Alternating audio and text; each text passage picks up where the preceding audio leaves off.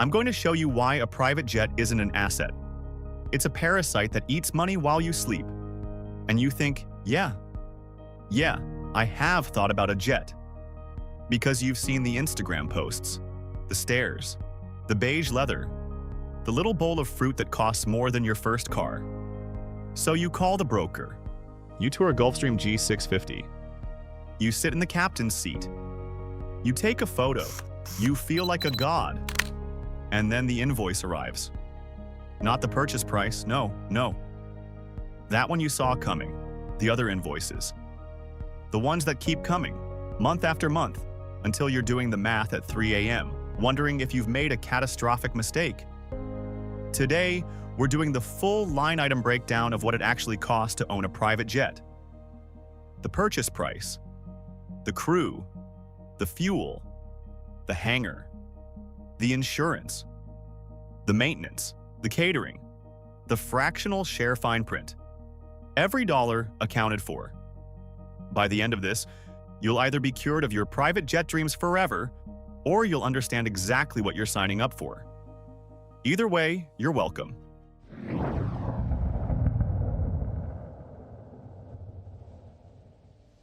Let's start with the obvious one, buying the thing. Now, the private jet market is not one market. It's like asking how much does a car cost. It depends entirely on whether you want a 2006 Honda Civic or a Bugatti with a massage seat.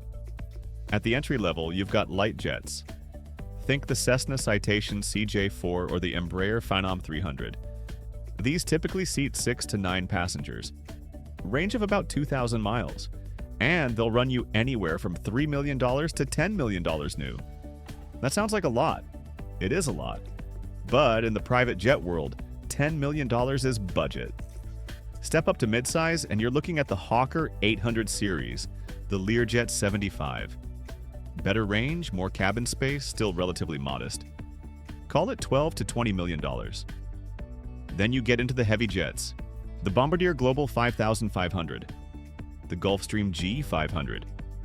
These are proper long-haul aircraft, New York to London nonstop. You're now in the $30 to $50 million range. And then there's the crown jewel, the one everyone actually wants. The Gulfstream G700, unveiled in 2022, certified in 2023, seats up to 19, range of 7,500 nautical miles, and it costs approximately $78 million.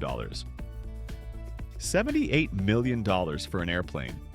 For context, that is enough money to buy the average American home 390 times, or fund a medium-sized Hollywood movie, or just, not buy an airplane. But here's what most people focus on and shouldn't. The purchase price is often the smallest ongoing financial problem, because you pay it once. What comes next is forever. But buying the plane is the easy part. Wait until you see what you have to pay the people who fly it, and why they can quit and leave you stranded at 30,000 feet.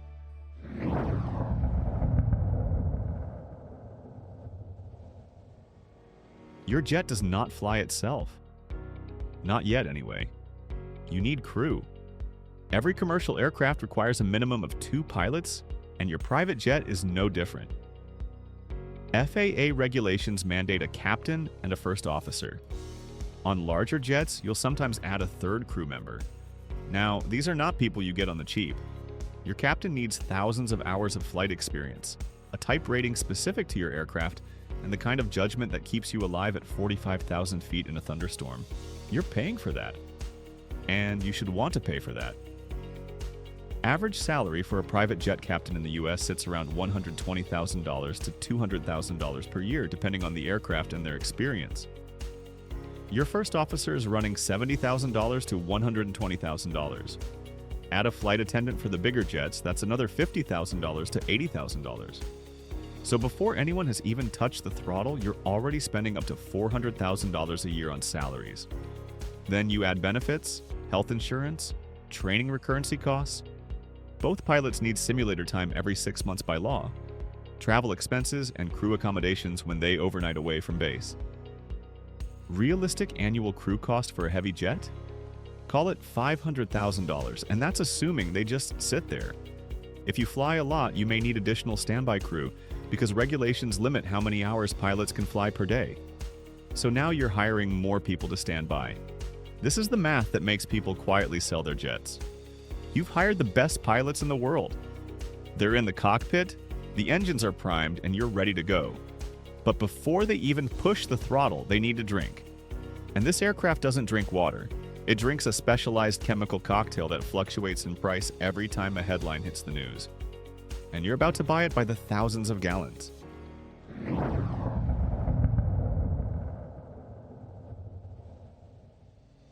Fuel, the silent killer of aviation budgets. Private jets don't run on regular jet fuel economy. They're hungry machines. A Gulfstream G700 burns approximately 230 gallons of jet fuel per hour at cruising altitude. Jet A fuel currently averages around $6 to $7 per gallon in the US, though it spikes significantly in international markets. So, a 5-hour flight from New York to Los Angeles on a G650 costs you roughly $7,500 in fuel. One way. A round trip to London from New York? About 14 hours of flight time. That's roughly $21,000 in jet fuel. For one trip. If you're flying 400 hours per year, which is considered moderate usage for an owner, you're burning close to $600,000 in fuel annually, and that's before fuel surcharges, international fees, or the fact that fuel prices change every time a conflict breaks out somewhere, with oil.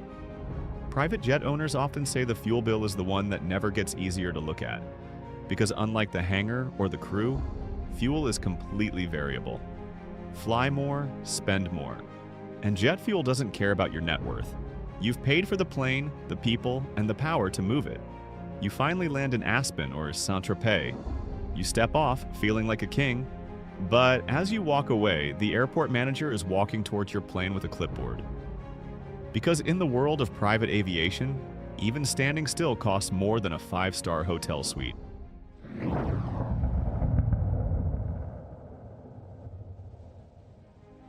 You can't just leave a $40 million aircraft outside like a bicycle. You need a hangar. And hangar space, particularly near major metro airports, is its own special flavor of expensive.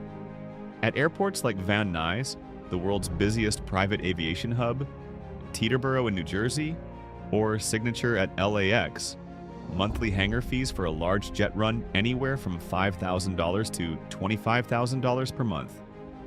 That's just rent. You still have to build out the hangar if you own it, which runs millions.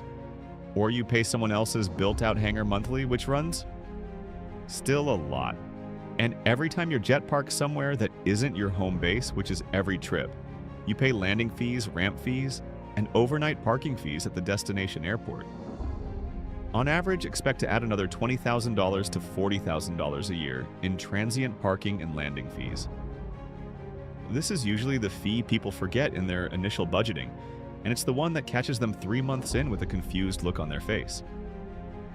Parking is paid, the jet is tucked away. You think you're safe. But while you sleep, the clock is ticking on every single bolt, seal, and circuit board in that fuselage. There is a silent calendar inside your jet, and when it hits 0, you're legally required to write a check that would make a Ferrari owner weep.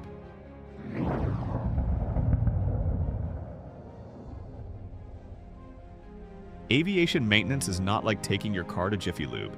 Every aircraft operates on a strict maintenance schedule, governed by the manufacturer and regulated by the FAA. We're talking airframe inspections, avionics checks, engine overhauls, landing gear inspections. Each of these has a mandated interval and you cannot skip them. Legally, literally cannot. A phase inspection on a mid-sized jet can run $50,000 to $100,000. An engine overhaul on a large jet? Anywhere from $500,000 to well over $1 million, depending on the engine type. Smart owners join engine programs like Rolls-Royce Corporate Care or Pratt & Whitney ESP Gold, where you pay a fixed rate per flight hour into a pool that covers your engine events. These programs run roughly $400 to $800 per engine per flight hour, and large jets have 2 engines. Now add insurance. Aviation hull and liability insurance on a $50 million aircraft with experienced crew will typically cost between $75,000 and $200,000 annually. More if you fly internationally. More if your pilots are new to the type. Maintenance reserves plus insurance, realistically, budget $400,000 to $700,000 a year. At this point in the breakdown, most people need a moment. Take your moment. We're not done. Now you've covered the big four. The mechanics are happy and the insurance is signed. You're finally ready to enjoy the lifestyle, right? Wrong, because we haven't even talked about the billionaire tax, the tiny, absurd expenses that turn a simple ham sandwich into a $400 financial event.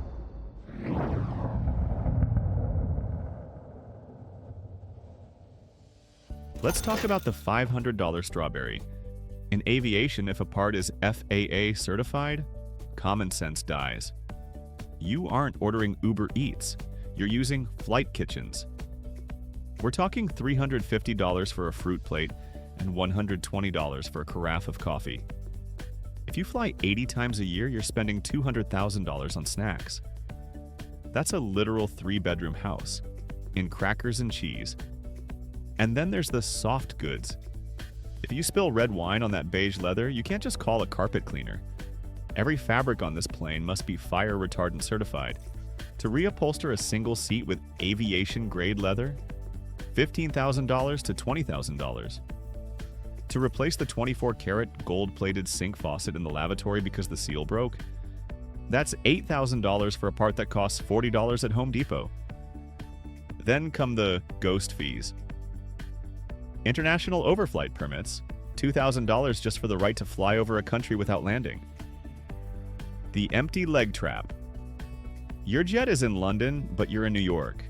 You have to pay to fly the plane empty across the Atlantic just to pick yourself up. That's a $50,000 deadhead flight just for the privilege of using your own asset. Finally, the management company. You pay them $180,000 a year just to handle the paperwork so you don't have a mental breakdown. They are the only people getting rich off your jet. From $15,000 leather repairs to $5,000 flight permits, the paper cuts are everywhere. But it's time to stop looking at the drops and look at the ocean. Let's add it all up. Because when you see the final, all-in, per-hour cost of your freedom, you're going to realize why most billionaires are actually just highly leveraged passengers.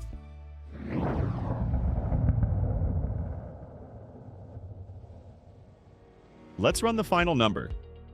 Purchase price amortized over 10 years on a $45 million aircraft. $4.5 million per year. Or you can lease it, but that's its own rabbit hole. Crew, $500,000. Fuel, 400 flight hours, $650,000. Hangar and parking, $250,000. Maintenance and engine programs, $500,000. Insurance, $150,000. Soft costs, catering, handling, ground transport, $400,000. Management company, $180,000. This jet costs one Ferrari SF90 every 2 weeks just to keep in the air. At 400 hours a year, you're bleeding $16,500 every single hour you're in the air. If you fall asleep on a flight from New York to London, that nap just cost you $100,000. Is the sleep that good?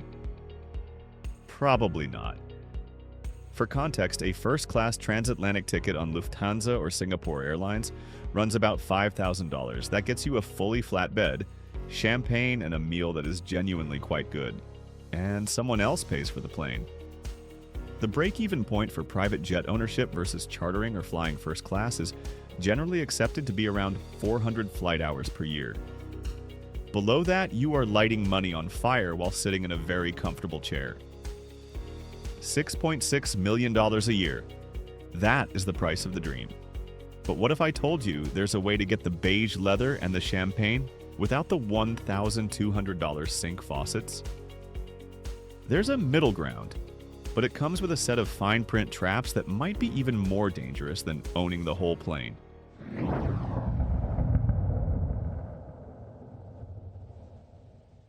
Now, here's where it gets interesting, because not everyone buying into the jet lifestyle is buying an actual jet.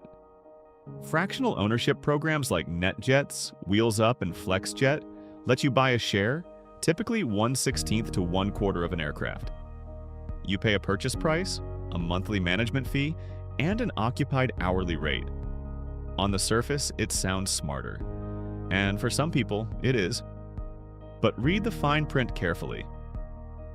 Peak day surcharges, repositioning fees, availability constraints during holidays, and the hours guaranteed that sometimes have asterisks attached to them. Jet card programs let you pre-purchase flight hours on a set aircraft category, typically at $4,000 to $9,000 per hour with no monthly fees.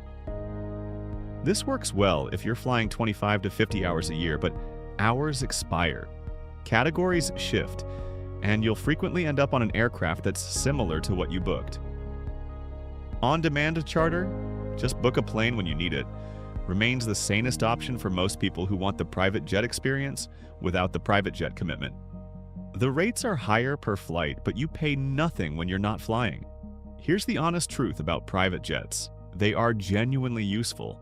If you are running a multinational company, visiting manufacturing plants in 4 countries in 2 days, or flying to places where commercial aviation doesn't go, the time savings are real and they have measurable dollar value.